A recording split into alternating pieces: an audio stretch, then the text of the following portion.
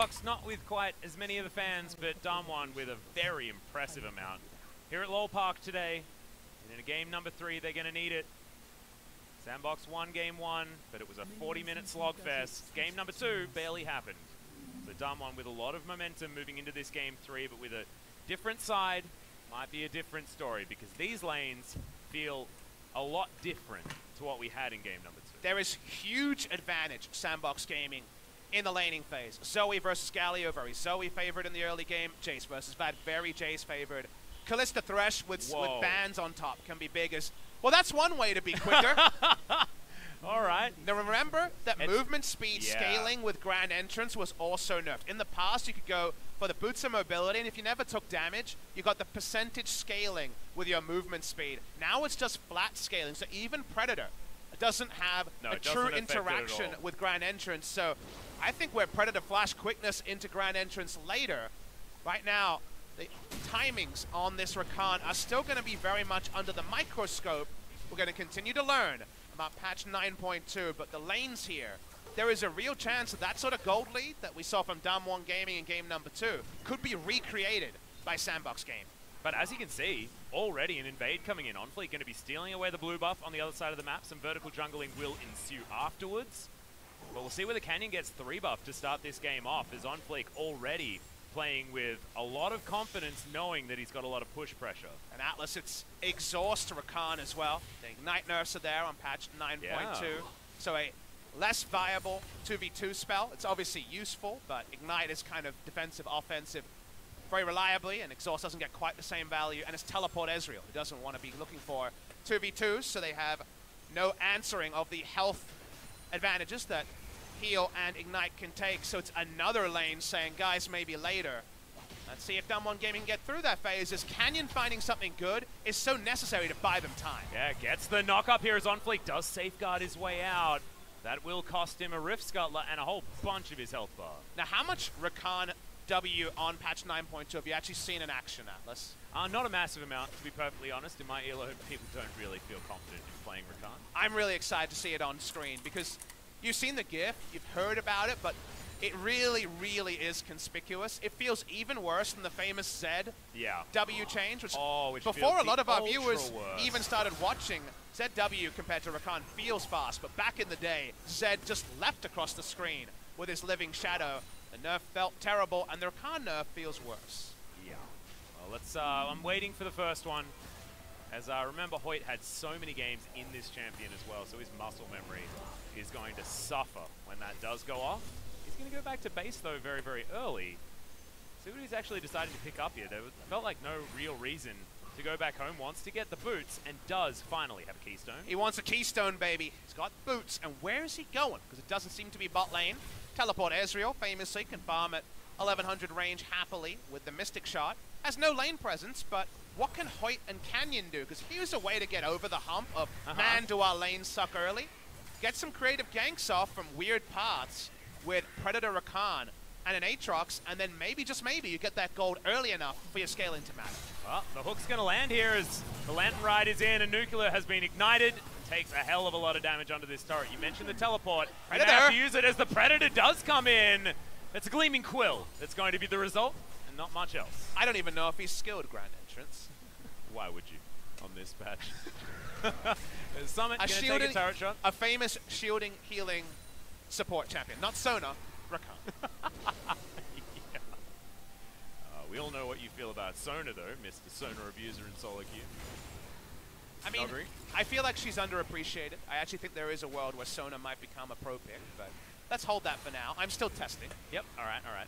I'll come back to you once you've got full information of whether Edward is now going to come back into the meta as best support. Well, Aatrox spending a lot of time bot lane for a no summoners Nuclear to help out on. Spotted on Vision. Yeah, he's going to move on over. The Grand Entrance, oh man, that was real slow, but Joker's still going to get hit by it, and Showmaker makes his way down here as well as Joker's going the other way. They'll only be getting 1 kill here, but it's going to be first blood, and it is going to be going over to Damwon Gaming. Hoyt jumping over that wall with the flash. The Q is going to land, but Joker's taking him on a wild goose chase. Oh man, the slowest over the grand entrances, but still able to lock down the kill as the Rakan. That was a short range one, so you don't notice it as much. But yes, on the slower side, they pick up the kill.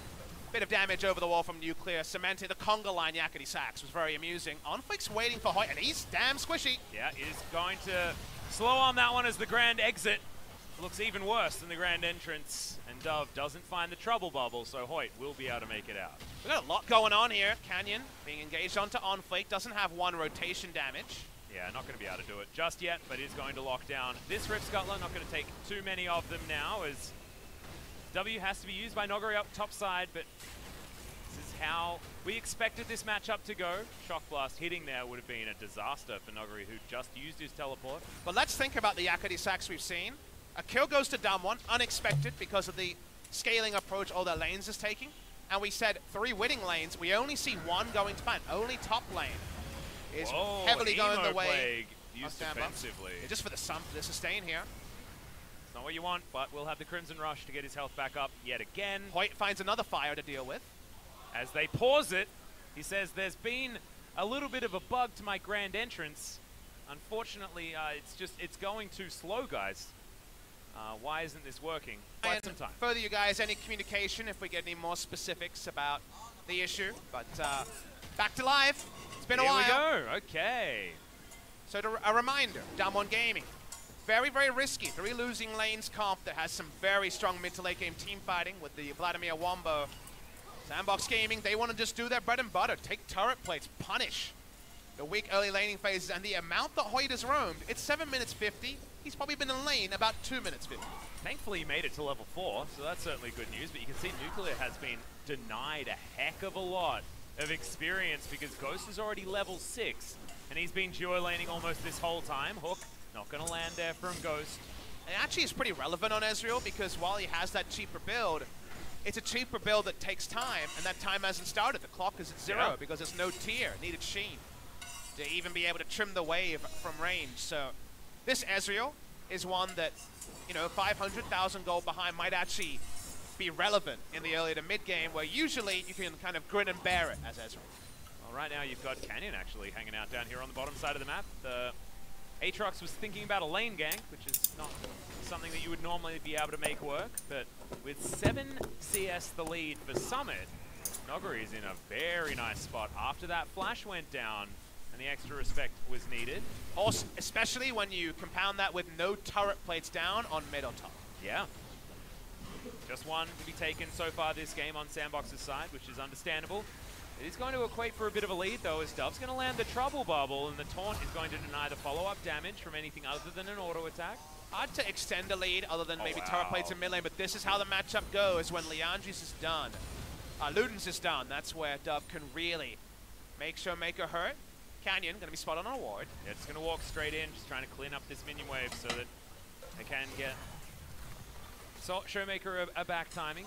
And it was Canyon and Hoyt going between lanes, and honestly, Canyon needs to show himself in lanes a lot, whether it's a successful gank or just the ability for one of the losing lane matchups to get a preferential back. Anything like that is big when in equilibrium. Other things being equal, Sandbox Gaming should be extending leads every minute of the first 14. Well, the thing that I want to bring your attention to is the top lane. Summit has just made his way back to this lane so can clean out a minion wave, but that lead was basically gone as Noguri went back, and he has that Fiendish Codex. He's building towards the Kindle Gem with the Ruby Crystal. Vladimir is almost out of the woods as level 9 right around the corner. It's not like it is a complete bailout, no government bailout even with 2 CDR items, but like you say, level 9 gets better. It is. That flash still not back off cooldown just yet, meaning that Summit doesn't have the advantage that he otherwise would. League, we'll see if he has any turret dive attempts here, as you can actually burst Noguri even before his pool is armed. Noguri himself, farm, trying to weather that storm, and so far, again, the game being largely even, 800 gold lead, it reads to Sandbox, but I actually side with Damwon Gaming, probably deserving to be behind 3,000 to 5,000 gold in the first 15 minutes, and not being behind by any significant margin is advantage Damwon Gaming as the game goes on. Yeah, I think just have a look at those numbers on the towers, guys. If you can see that there haven't been at least 3 or 4 turret plates taken by Sandbox, minimum, absolutely, then this is a lost early game. for this composition that should be just hard smashing these guys in these lanes. And then the execution is less reliable in a team fight. Team fight Jace, the Zoes who we've seen pop off if you're Grace, and honestly underperform most of the other Zoes we've had recently. And Showmaker was one of them that did not find the Zoe performance that they wanted. Noguri, be able to get any a lot of sandbox here happening is okay. That's a level 7, so World Ender is available. Hero's entrance from Showmaker to get him around there as the pull has to be used very early, but Ignite ticking down. Damwon Gaming, Noguri gets all of his health back there, but otherwise a dicey team fight. And because Zoe doesn't say mid, no turret plate to punish, so 50-50 between the two teams, which again is fine by the perspective of Damwon. Joker walks up, they'll get a Rift Scuttle, and the Rift Herald on the back end will be the sort of early objective that Damwon Gaming still can't really fight for. Exactly. Turret plate being threatened and is going to go down here, so Summit doing his job up there. And if we do the count, I believe that's 2 that have been picked up now. Might be 2 on the bot side as well. It was very close to second 3, one, so and is 3. confirmed.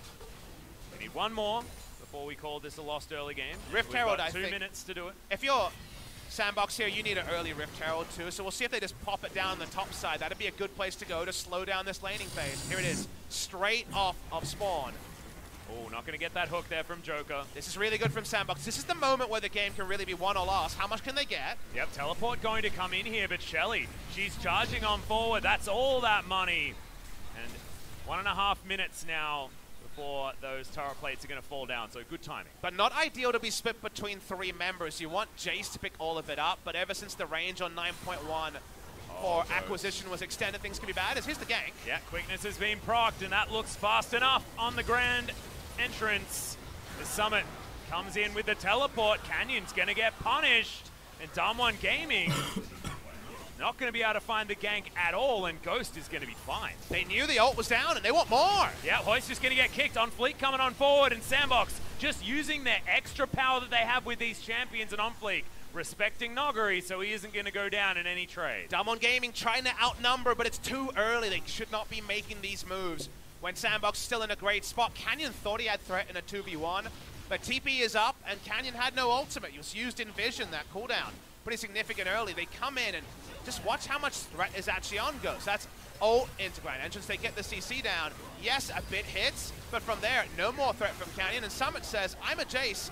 I got plenty of gold, and they just kill Canyon where he stands. Yeah, the World Ender just wasn't quite enough, and when you see the quickness Grand Entrance combo working like that alongside an Aatrox, normally you'd feel like an 80 carry is dead, but Ghost uses the heal, keeps himself alive. And the follow-up was good from On Fleek as well, so he's now 1-0-0, and the Lee Sin is getting to a way better position, feeling like a lot more at game number 1 than game number 2 on Fleek. So 14 minutes in, 2,500 gold. To me, that is a little bit below par. It's decent, it's about on point from Sandbox, but it's not the sort of gold lead that could have happened in a different game. Damwon Gaming, they still have their top lane turret. It means still a short lane for Vladimir, and it means that his farming can continue. He's got his early core, but no more, so they still don't want a team fight till that first big item purchase is done for Damwon Gaming, which might actually be the Void Staff, but perhaps in a game like this, you go Proto Belt into Zonias, your AP total is a bit lower, but your solo death threat also a bit lower. Noguri now has a level advantage here up against Summit. It's getting real scary to be the Jace, who takes that Tides of Blood transfusion combo not as nicely as he'd otherwise want to. On Fleek moving on up, Dove is here as well. They just want to take down this turret as the Q lands. They really want to take out the Sanguine Pool, but he holds onto it for so damn long. Uses it in the end. Q doesn't land as the Hemo play gives the health back. Sandbox should be able to continue the pressure topside. Dove actually gave up on that play. He could have continued to chase and get a Paddle Star in. Instead pulled away, maybe expecting the Vladimir wouldn't actually be killable. Hero's entrance was available from Showmaker to get him up towards the top side as well, so maybe they were factoring that in. Could be. With Canyon's position on the map unknown. Again, less threat from this Vladimir than the previous 2 times as in Noguri on the pick. Flick spotted here by Canyon, level 8 to the level 9 of the Lee Sin, who picked up that kill earlier on. Is going to easily steal away these camps though, and Umbral Dash is thankfully a little dash, but enough to get out of the way of the extended range of the Q. For On Fleek to potentially wrap around or hold the minion wave. Seems like the wrap around, but Noguri has confirmation of his position there. And a 14 CS advantage over the Jace in this lane. Summit not having The game that he wanted, of course, MVP of game number 1. So much. We've seen Jace's failing a lot more than we otherwise would in lanes where they should be feeling pretty good. Showmaker not going to use the flash there as Dove has to cleanse, gets himself out of the way, and doesn't even have to use the portal jump as in the mid lane. I believe World Ender was actually procced there by Canyon. Yes, it was. A lot of tools used for very little gain, and they lose TP bot side as well. So, ball in the hands there. Damwon Gaming once again trying to bite off more than they can chew. Sandbox can't really take much from it in terms of turret plates. Those have gone away. Can they get Infernal Drake vision lead? As the Infernal Drake should extend the scenarios where Sandbox should find objectives that Damwon Gaming is still not fully ready to fight for. Yeah, and it looks like Sandbox just want to be able to get some more of these turrets, get some more of that global gold, continue that extension of the advantage that they have, unable to actually follow these minion waves further forward. The thing I want to talk about, Papa, is what these compositions are both going to be trying to do in the later stages of the game. I'm looking at a Zoe Jace comp feeling like Siege is going to work out very, very well for a lot of poke that they have available to them, and a lot of disengage options with Joker being able to play further forward, utilizing the ultimate available from Ghost. But I think Damwon's going to be happy if you've got them pressed up further forward, because Nuguri then gets that free ride into the back line if he gets the right teleport flank or positioning. The way I like to look at comps like Sandbox is, you can think of it as win lane, win game, because it was 3 winning lanes, right? And we talked about how that goes. But to me, it's kind of like a bridge comp where Kalista Thresh can, given the expected gold lead in the early game around fights over something like an Infernal Drake, do that early game team fighting. But clearly on a purely team fighting scale, you can't deal with backline access and AoE wombo if you're Sandbox gaming. Team fighting wise in the late game, it's definitely a huge advantage. But it's supposed to be, okay, we can actually, with a gold lead, win team fights early, and then in the late game, if we get the Baron, which again, we should have a vision lead because we had 3 winning lanes, we can siege. That's how these comps work. However, they can be at danger of being muddied if you ever make a mistake. If it gets to 30 minutes and you're at even gold, you take the team fight comp in the late game every time from Damwon. So it's risky to run comps like this from Sandbox. Traditionally, or recently, they've been able to play them out. You make one big mistake, and that big mistake might be now. Things can go away from you. Yeah, turret's going to come down. 4 members of Damwon up towards the top side. It's the quickness. Still works this time. Good knockup from the hero's entrance as Showmaker can't find the taunt target. Trouble Bubbles are now in amongst this fight, but the trade is good for Damwon Gaming. The dive forward as Nuguri gets exploded. No Hemoplague to be followed up on this time as Paddlestar does work onto Showmaker but doesn't get the Trouble Bubble. Can On Fleek do it? Can he make the big kick play? Flash was available, but he didn't have the opportunity. There's no wombo engage. It was still too early for that, as Nuguri found out front row. We back away, Flash up on Fleek, but no real direction he could pull off the play. Wants to steal away the blue buff, he will. Yep. And safeguards his way over that wall as well, so everything is fine. Damwon lying in wait here, looking for Ghost. He's actually looking down the lane for when Ezreal hit. He's not expecting this. Yeah, there's the flash in. See you later, Kalista. You are dead this time. Not going to be out. Oh! Survives! What the heck was that? Turns it all around, and Sandbox Gaming used their early advantage. It's not over yet, though. The explosion does finally come in as Nuguri has to flash to get out, but still, I'll be typing worth till the end of me life in the all chat. On Fleek, trying to jump on top of Summit, doesn't actually need to, as low health bars on Damwon, and a beautiful play out of Ghost. Skipping mad at the end, and no ability to finish it up because those items aren't there. The damage is lower than they realize. Sandbox Gaming, the damage is going to be done in terms of objectives finally. Second turret of the game. Definitely feeling the fact that the early game was a lot slower for Damwon Gaming. An extra 200 damage, things are different. It doesn't come in. And now the gold lead is actually generating at a decent clip by Sandbox. Oh yeah, let's have a look at this fight one more time. The tower goes down, and Damwon, that is an advantage for you guys, but they decide to go further forward because they do have Hoyt, they do have the engage options. Just doesn't quite work out. Damage out of position on Sandbox, so that's actually a nice assertive first pick, but Nuguri just caught in the front line. They have no more chase after Hero's entrance is down on the other plays. Watch the replay of this. Ghost comes in with a CS lead, an item lead, gets hit by the stun. Let's watch the end of this play though. He has someone to heal. The Q was half a Teemo away from just killing Kalista, but then she's able to do her thing in the backline. Nuguri cleans up a single kill, but no more. Man, it was so close, but no cigar. Damwon Gaming. Well, what's going to happen now, Papa? Because Ghost is very close to finishing that QSS, now has those 2 items that a Kalista wants every single game, a 40 CS advantage. I mean, Ghost, I have a feeling that the mouse issues have been resolved, because that was one hell of a play.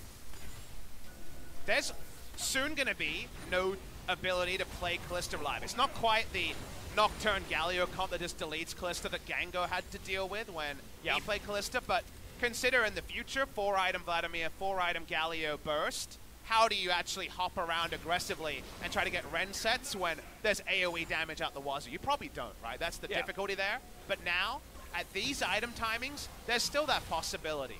This is the time where Ghost needs to actually hit every one of those passes, min-max his damage in a team fight. No one is stronger on the Rift than Ghost is right now.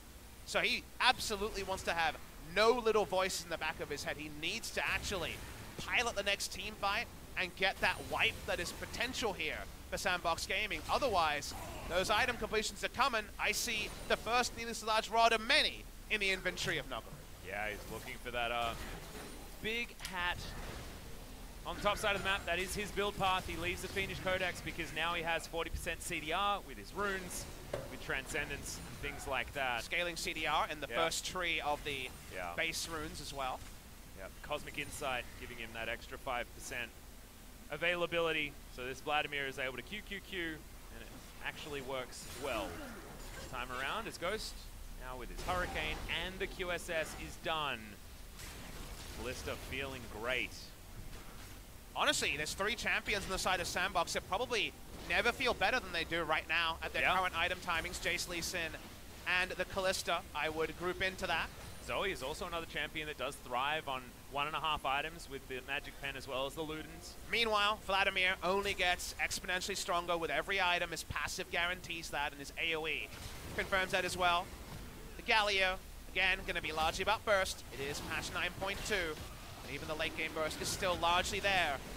But these are the resting moments where AoE wombo doesn't matter because the map control was surrendered in the early game.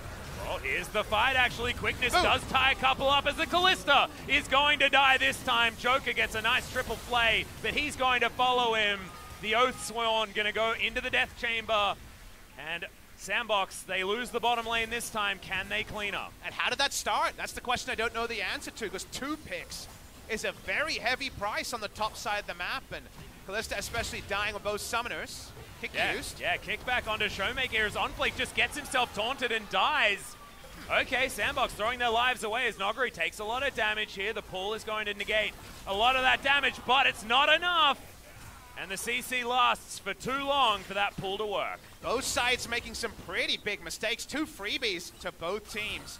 Ends up just being 2 for 2. Overall, not sure how that started on the top side, but the ending there was some pretty big mistakes from Noguri again. Been caught with his hand in the cookie jar a couple of times, coming for a late flank and just died where he stood. Needed to go back anyway. Had a needlessly large rod to buy as, just a face check, Papa.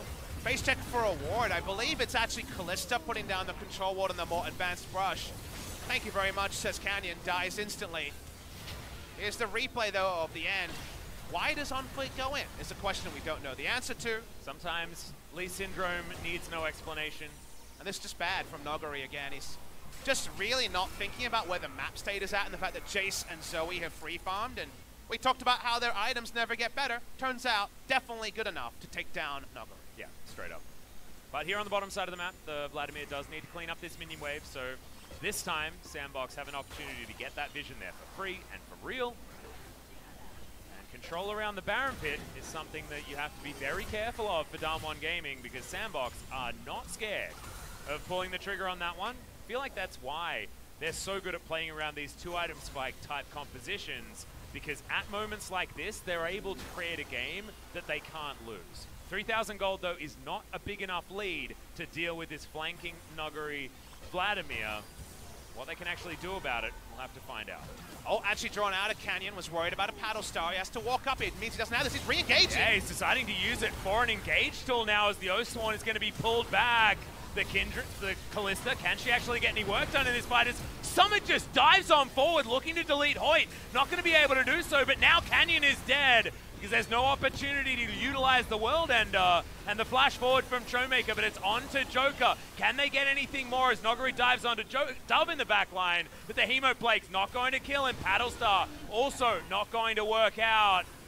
He's going to be there. Tides of Blood doing some work as Noguri's able to dance around, but Ghost doing the same thing. The Ren not going to get the first kill, and the trade is going to come in. Nuclear also now able to get the DPS through, but Damwon Gaming not going to be able to get anything more. Ghost for the game is on the line there. Thought they get a couple of kills of Baron and close it out. It doesn't happen. Nuclear actually takes him down where he stands. Every fight that goes even brings on a time where team fights will be much less even because of Damwon Gaming's comp, and it all starts in just full panic stations on the side of Damwon. Canyon has to pop his ultimate there because he's afraid of just being one-shot if he doesn't pop it. They re-engage, but Galio doesn't use Hero's Entrance. They don't want to engage. They know there is no death cap onto Noguri, so a lot of indecision on the side of Damwon Gaming. Meant the Sandbox were ripe to take down a fight at one of the last few junctures where their team comp can actually find isolated members, burst one down, and reload and reset again and again. Not quite the damage on Noguri to take down the Zoe in the backline. We're so close. The forecast was there for rain, and damn, can we see the rain clouds. But nothing started just yet, and both teams still dare to dream. Yeah, this is really, really scary, but what the result was, what it felt like to me, 3-0-3 now on Nuclear. This guy is getting to the point where the Ezreal scaling factor is not going to be an issue. He's almost got that double tier stacked up to the Seraph's Embrace as well as the Muramana.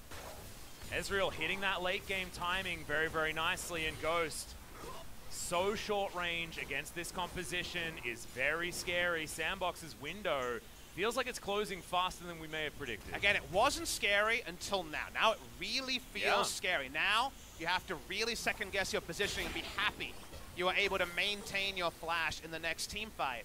Because actually, Sandbox Gaming's comp, when it got to the point that we're at, about 27 minutes, the best thing to do is put down as many control wards around the Baron and then hit that trouble bubble and delete one. Because your Baron's secure with Kalista and then the Jace potentially to group in and do damage. You want to group and then lay down, poke and turn pick by picking someone when they try to contest the Baron.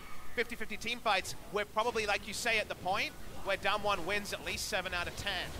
And that number only goes up. They continue to poke around. Damwon aren't able to get vision. That's the hard part still for Damwon Gaming. But they can kite upwards, put down their own wards, and make Sandbox accountable. Yeah, they're going to be able to get at least vision control, but the Baron has been started, and Noguri is happy to tank it as well. He's got so much ability to regen his health. Sandbox moving on over, half the health bar now on this Baron buff, and like you say, Hoyt looking for it, gets in there, Grand Entrance doesn't work. As the Battle Dance means that the quickness doesn't do anything. Summit into the backline this time is looking for that deletion, but he is taken down instead. They're going to trade back as Ghost is dancing around the fight, but that Ezreal that we were talking about, so much damage availability, and Joker is going to be traded. This backline dive on Summit looks so close to being good. And Hoyt trips on the way to the engage, but doesn't matter. Vladimir was able to put down Hebenblade. The team turns on to Summit, and Joker in the front line easily take him down. That's the confirmation. The Sweet Hat was there, Atlas, and the Sweet Hat means that Sandbox need to be creative, and On Flake waiting for such a creative move. Well, Dub looking for his engage opportunity. On Flake as well, you can see just the kick is what he wants, but Noguri is not the target that he wants to hit with it. Is going to do so anyway. That's a weird fight to take. I would not be fighting that wizard Vladimir with his Sweet Hat. Sandbox now going back to their natural habitat, which is the Baron Pit. Honestly, that's really their only win condition at this point is control Baron area and turn and pick. That's really all they can do because the ease of execution by Noguri against this comp is very high. Smite is going to be claimed by Canyon. Doesn't go to the Galio, but Smite is claimed. They have to make this game about Baron, so it plays into Sandbox. They run at it.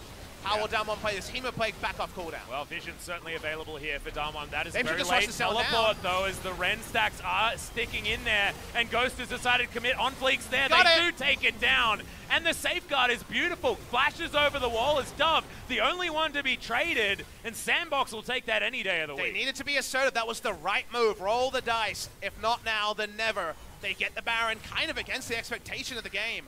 with the items coming in. TP too late from Noguri. Sandbox dare to dream they can go into that big matchup later this week against Griffin, 5-0. Exactly. They are going to take a couple of games at least, as now the engage comes down. Canyon wants to deliver a gargoyle into the backline, and this time, Hoyt gets the quickness. The grand entrance is looking pretty damn grand this time, and Sandbox are melting. Summit still alive as Ghost also able to get a double so far. Can't dance around this team fight quite well enough, and Nuclear's going to survive, but no! Summit grabs the kill with the empowered shock blast. Top laners, the ones left standing.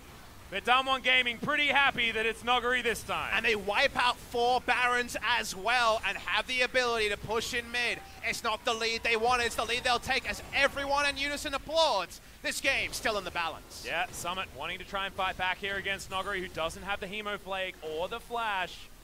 Dash Cannon still available. That is about it.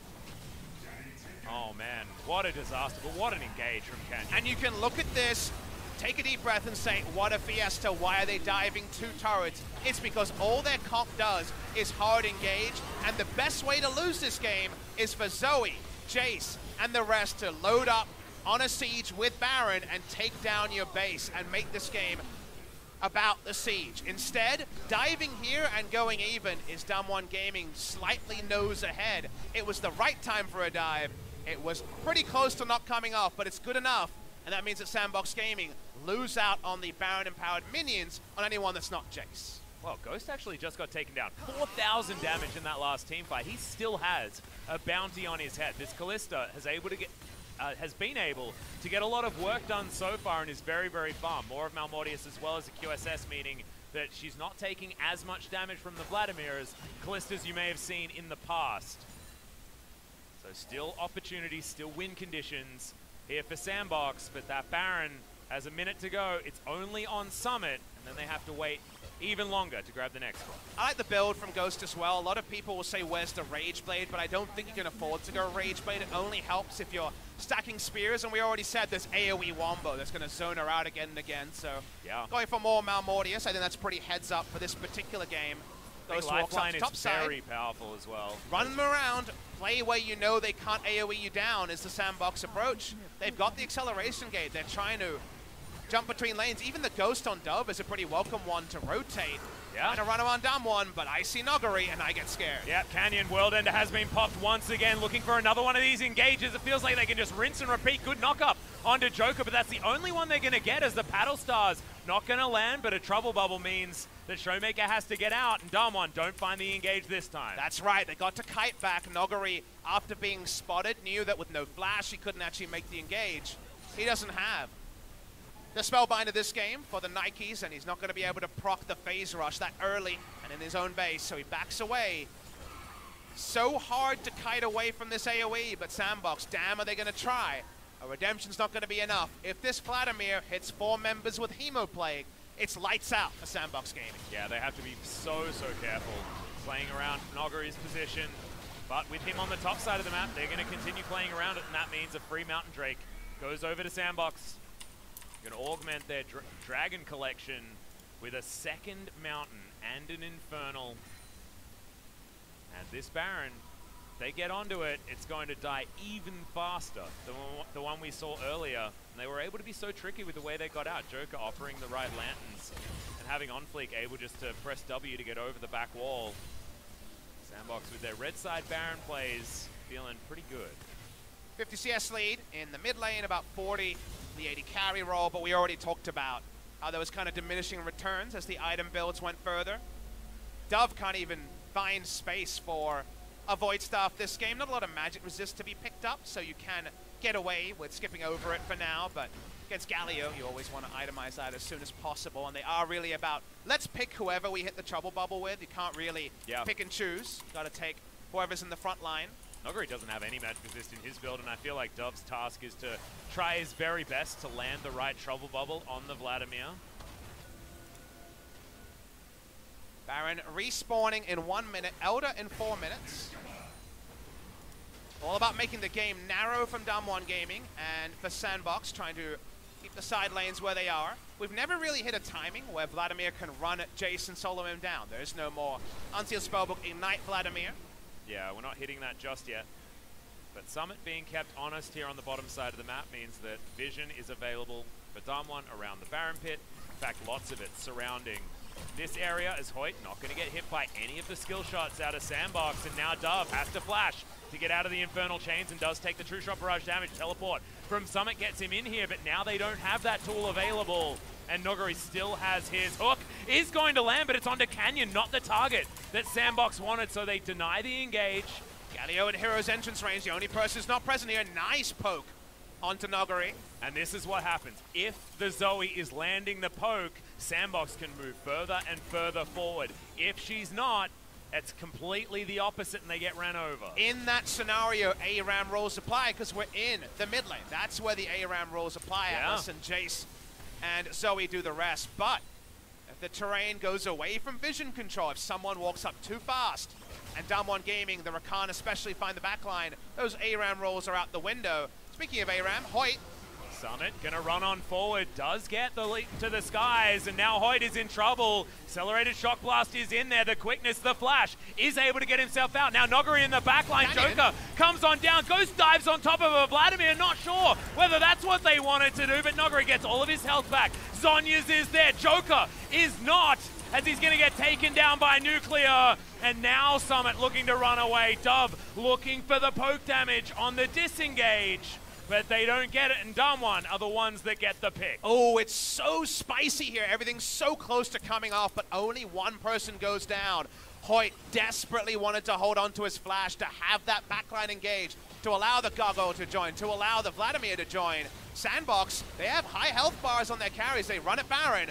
Is there anything Damwon Gaming can do to stop them? Well, there's no World Ender available from Canyon here, and now Ghost able to put those sticks in there. Not going to be a true 50-50, and it's just going to be taken. Damwon Gaming just basically gift a Baron over to Sandbox. That's what happens in those resting states when AoEs are down, when vision control can't be re-established. Damwon Gaming for a second time. Too long on the leash with the Baron. Well claimed by Sandbox. So watch the replay. Hoyt had to use his exhaust early. Only reason he supplies the lives through the W there. Meanwhile, the face check and Onflake apparently doing still big damage on this late game Lee Sin.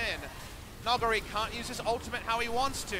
Nothing comes off. It feels like Damwon Gaming stubbed their toes a couple of times. They get a kill, but as we know afterwards, the spoilers are, they lose the Baron, and Sandbox Gaming, if they don't get a hard engage from Damwon, might actually be able to get that siege up to take the first inhibitor of the game. Yeah, exactly. And Joker actually whiffed everything that he had access to in that last fight, so maybe it would have been a different story if some of the knockups had have come in. However, wasn't the case. Sandbox still make it out of there and pick up that Baron like you were talking about. Health bar advantage. What's important here, feels like it's been a 4,000 gold lead for the last 20 minutes of this game. And that should be suiting Damwon. Sandbox is still picking up these Barons. And it's just so hard to talk about these games because the meta is so different than it used to be years ago. If this was played with tank junglers and the vision that was available with Tracker's Knife, it would be a fiesta. Because we're seeing so many fights that are 50-50 and execution being important. But this is the meta that was introduced and with face check. The face check from Onfleek does have the Guardian Angel, remember, and is going to get taken down to it as Noguri wants to get the team fight, goes into the Sanguine Pool, gets a good Tides of Blood, but has the Zhonya's there as well. The Vlad is still alive, and that means that this is going to be a Damwon team fight. Joker the first one to go down, but Dove able to nail a lot of that damage, but Ghost has been CC'd. Now down to his Guardian Angel. Summit can't get the work done. Finally, the Vlad will fall, and now Ghost is bouncing around the fight. Gets the double in the end, and Nuclear wants to get it. The auto's not enough, and Ghost survives. Sandbox somehow win a miracle team fight and get the ace. They outplay them. They're excellent skirmishing on the back end. A crazy fight. Sandbox Gaming, with those Death Dimers, they're going to win. Absolutely everything that needed to go right went right for Damwon. The Vladimir stayed alive for absolutely way longer than he needed to, but Sandbox just dance around the hero's entrance. Stunning stuff here, and Ghost on 6 items makes the Callista look like a deadly late-game threat, and they will win the game and take the series. There's good starts to the season for a promoted team, and there's 5-0. The 5-0 confirmed. They go in